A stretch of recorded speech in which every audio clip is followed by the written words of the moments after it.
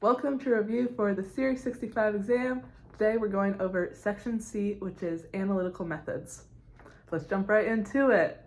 The first thing we're going to be talking about is time value of money concepts. So we have two formulas that we're working with right away. We have our present value formula and our future value formula. And these two formulas are very similar. Just remember that present value, you're going to divide the future value.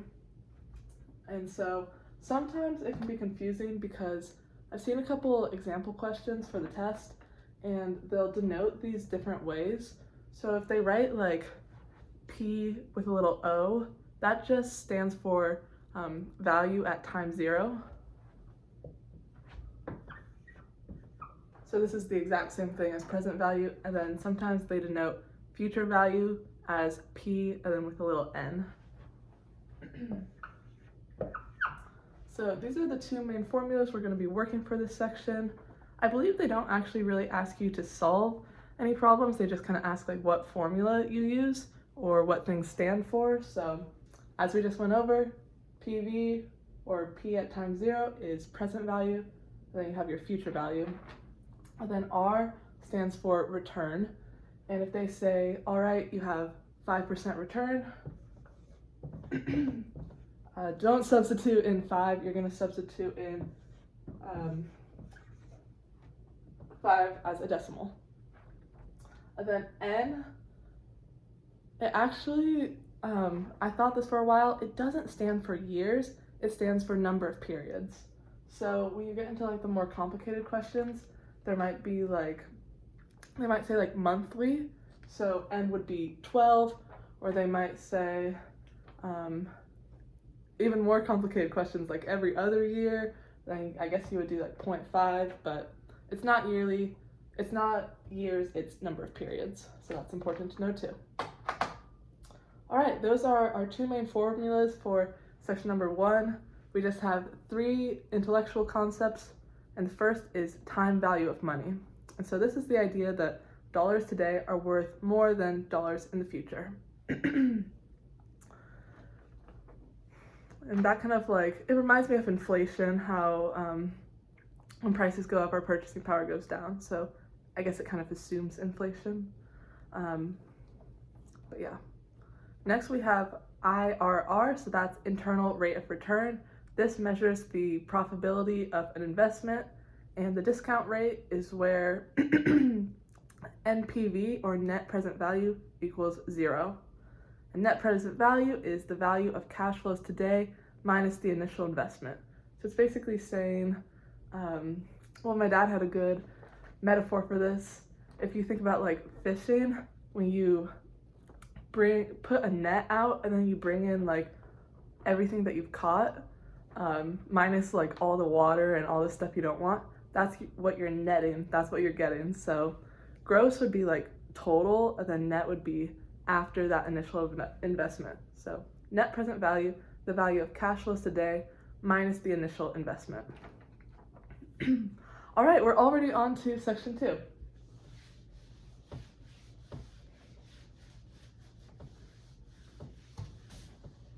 Section 2 is all about descriptive statistics. And so you might remember this if you've taken like statistics in college or even from high school. The first thing we're going to talk about is the mean. So what is the mean? That is basically the average. It's the sum of all your data points divided by the total number of data points. So let's just do like the most simple example ever. Let's say let's do 3 data points.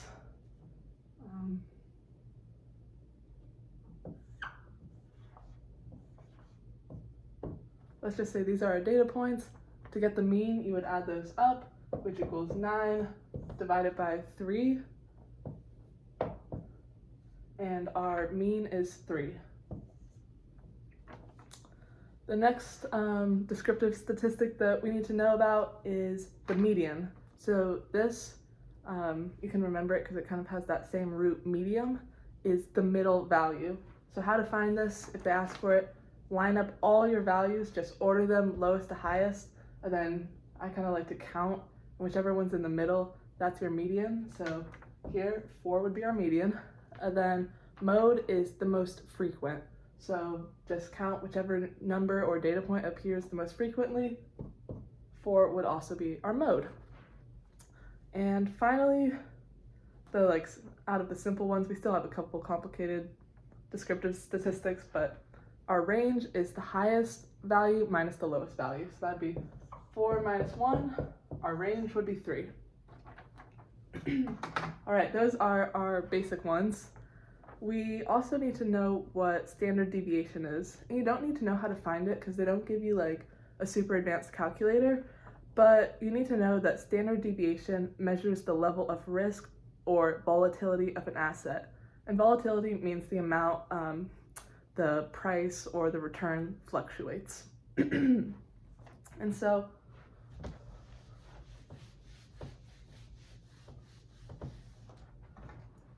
you have something that helps me visually is the standard deviation kind of graph or chart.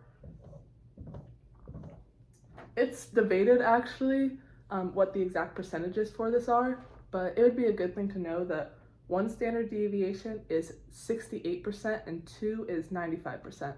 Now what does that actually mean? Let's just say you're trying to work with like probabilities or risk, and you're saying like, all right, how probable is this event to happen?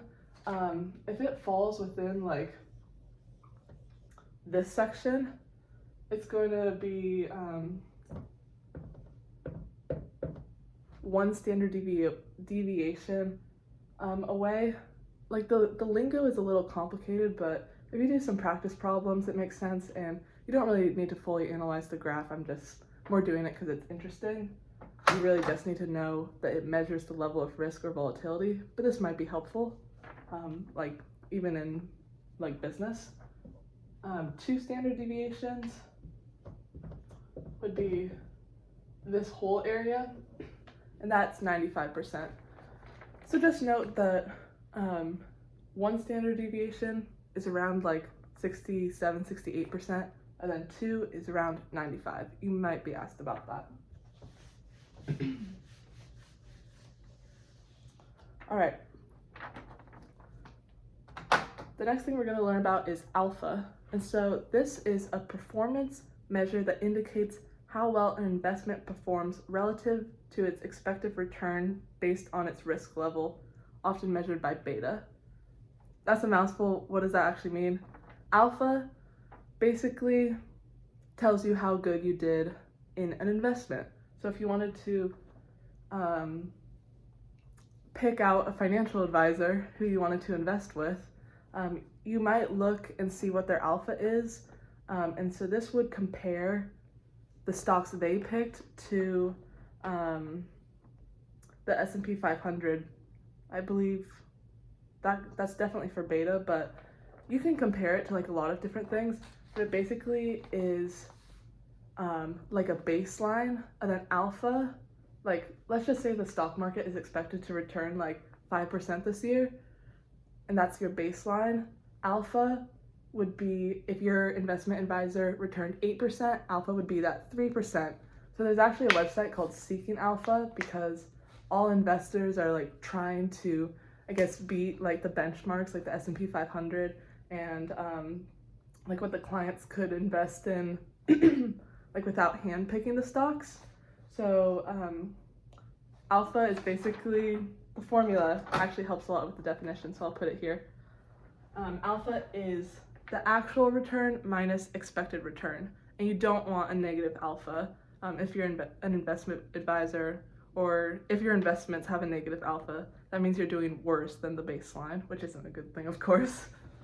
So we have alpha equals actual return minus expected return.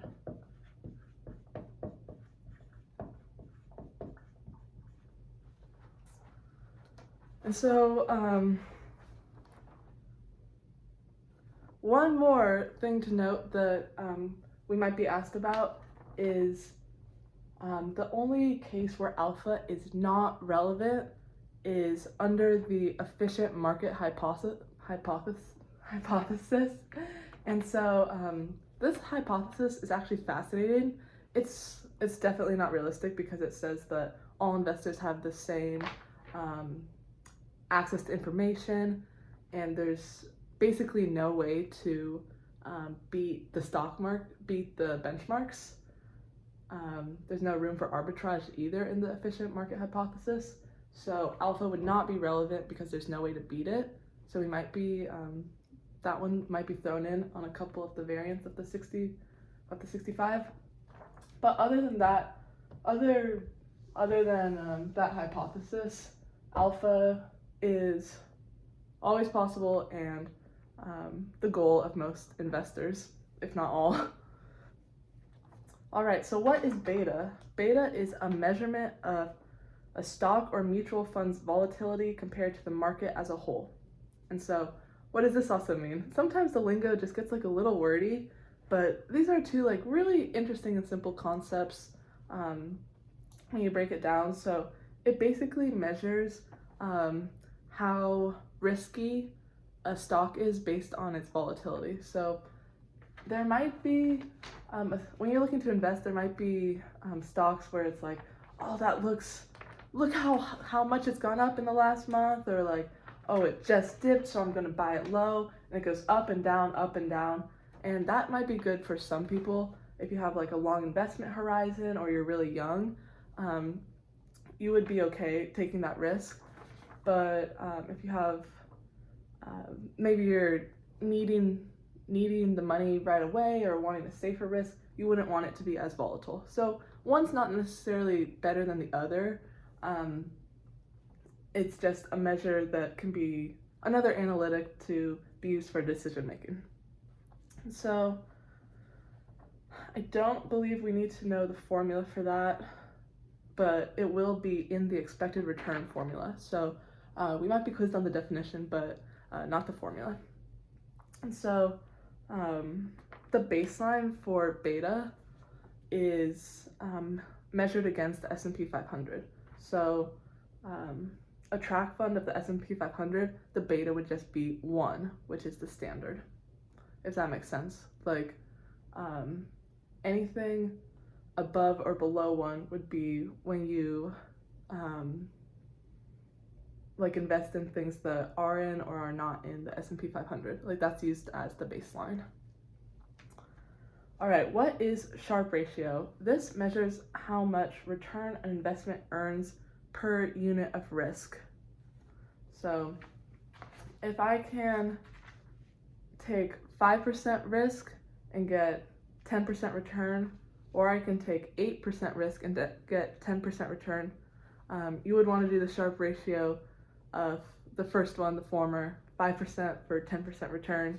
The less risk, the more return, the better. It does get a little complicated when the risks aren't the same and the returns aren't the same. So what we need to know when it comes to Sharpe ratio is the higher the Sharpe ratio, the better. So that means that you got more return for less risk. All right, what is correlation? We are for sure, all of the study guides I've seen say that we are going to be asked a question on correlation. Correlation is basically how things relate to each other. And so you probably say this in real life, like, oh, that event wasn't really correlated, or it wasn't really related. So the important thing to note is that when you're investing, things that are not correlated move in opposite directions, and things that are correlated move in the same direction. So a classic example is like stocks and bonds. To diversify your portfolio, you might get like,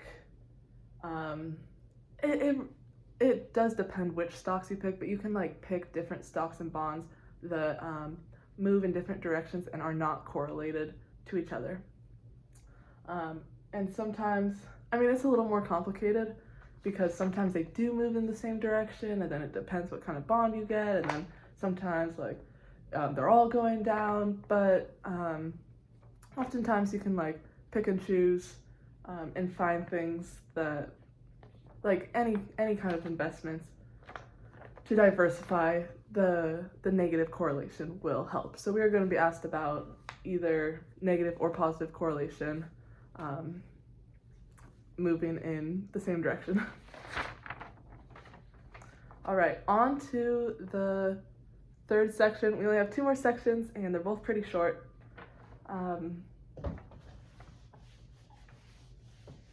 Financial ratios and their uses. So we have 2 definitions and then a couple ratios. So the first definition is liquidity. This measures a company's ability to meet short-term obligations using its most liquid assets.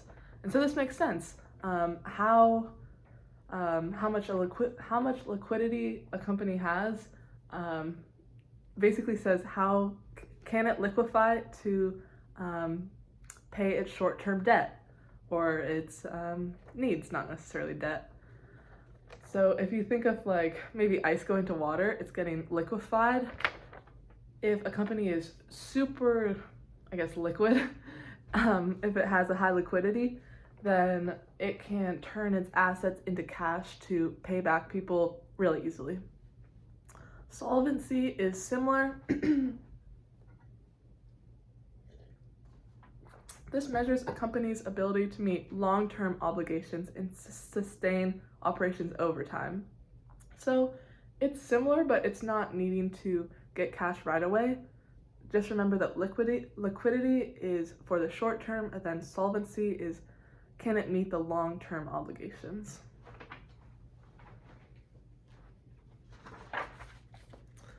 All right, now we're going to get into the ratios. So this is actually going to be pretty difficult, I think, to memorize because a lot of them are similar. They're basically formulas expressed in not ratio form, but you're dividing for most of them. And so it's nice because the definition is in the formula, but the formulas are a little difficult to memorize. So let's get into it. First one we need to know is current ratio.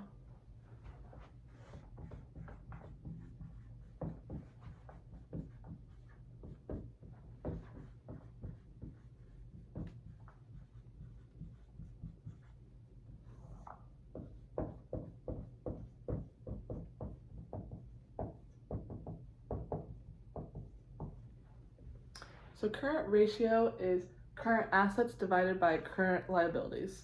So a current ratio of 1.5 means that the company has 1.5 or $1.50 in current assets for every dollar of current liabilities. So you're gonna want that, like the higher the better, definitely over 1.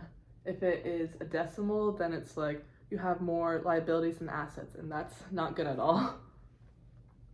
Next is working capital.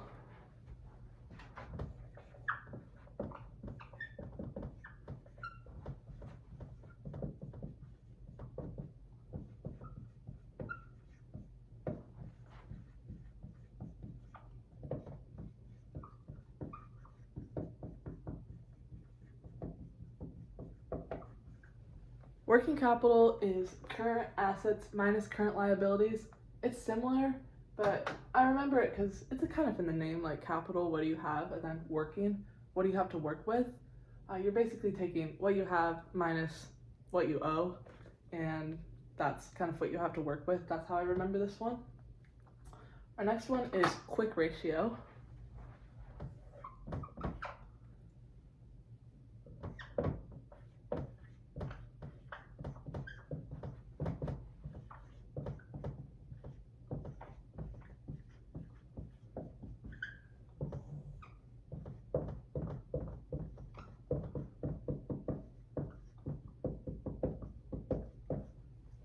Quick ratio is quick assets divided by current liabilities.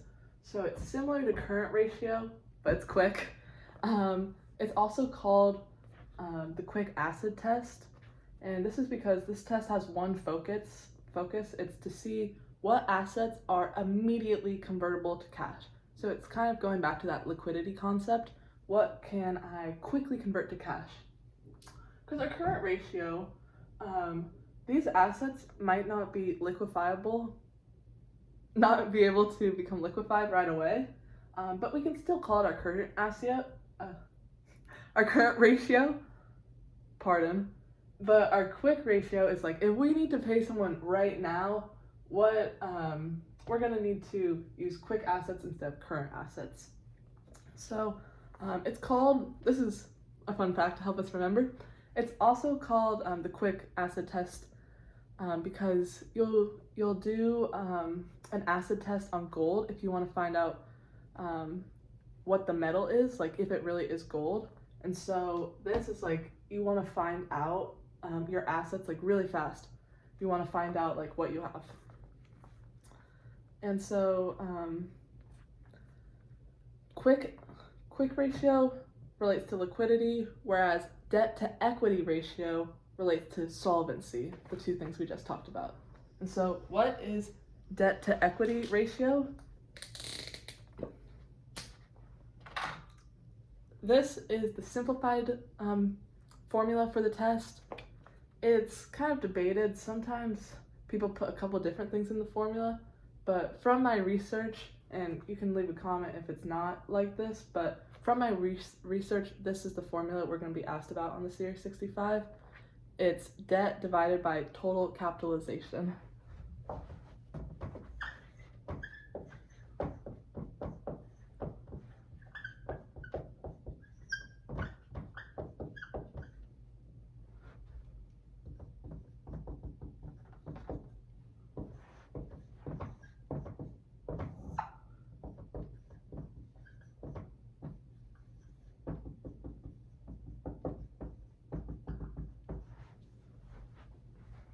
All right. And so this will help measure a company's ability to meet long-term goals. We only have one more quick formula, and this is just how we find what our quick assets are. So quick assets, yeah, I better write this out, will be current assets minus inventory.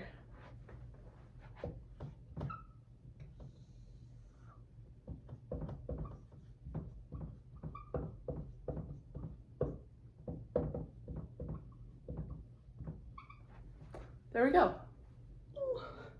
Those are our ratios we need to know.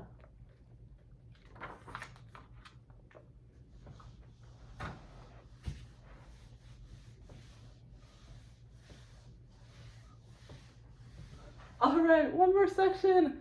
Another short section, so that's great. We have valuation ratios. So 2 more ratios we need to know about, and then we're done.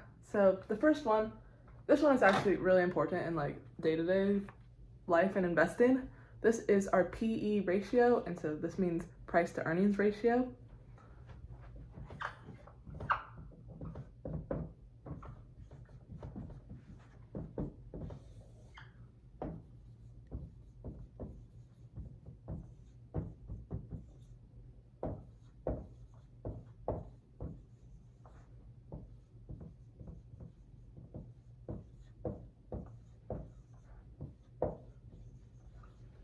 And so this is market price per share divided by earnings per share. So you can look this up pretty easily if you want to see what several companies are. But your market price is like what you can buy it for on the stock market, and then earnings per share. Our final ratio, I guess the definition of this is that this shows how much investors are willing to pay for $1 of a company's earnings. All right, our final ratio is our PB ratio, price to book ratio.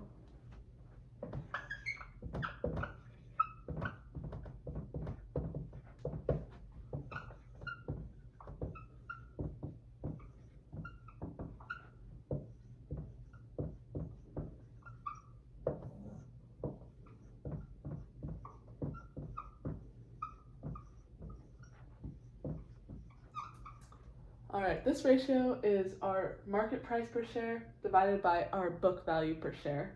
And so this shows whether a stock is over or undervalued.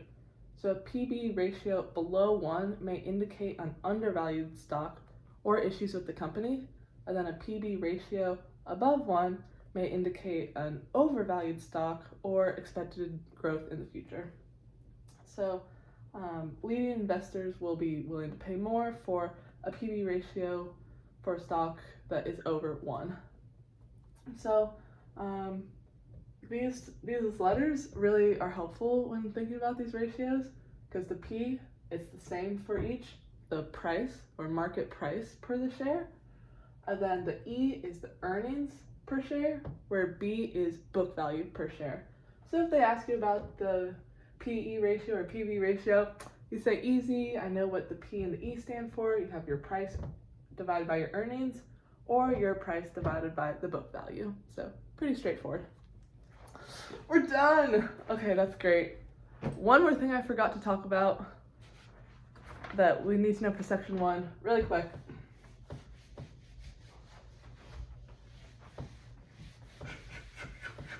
Is our rule of 72.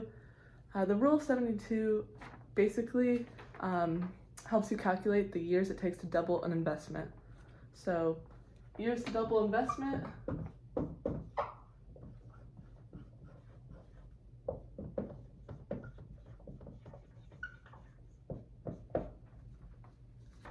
it is, sorry, I don't know what that was.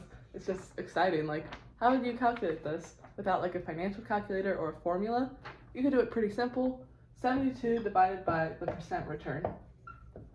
And if they ask you for the percent return, just switch these, divide 72 by years it takes to double an investment. All right, now we're actually done. I hope this was helpful, and I'll see you on the next one. Best of luck.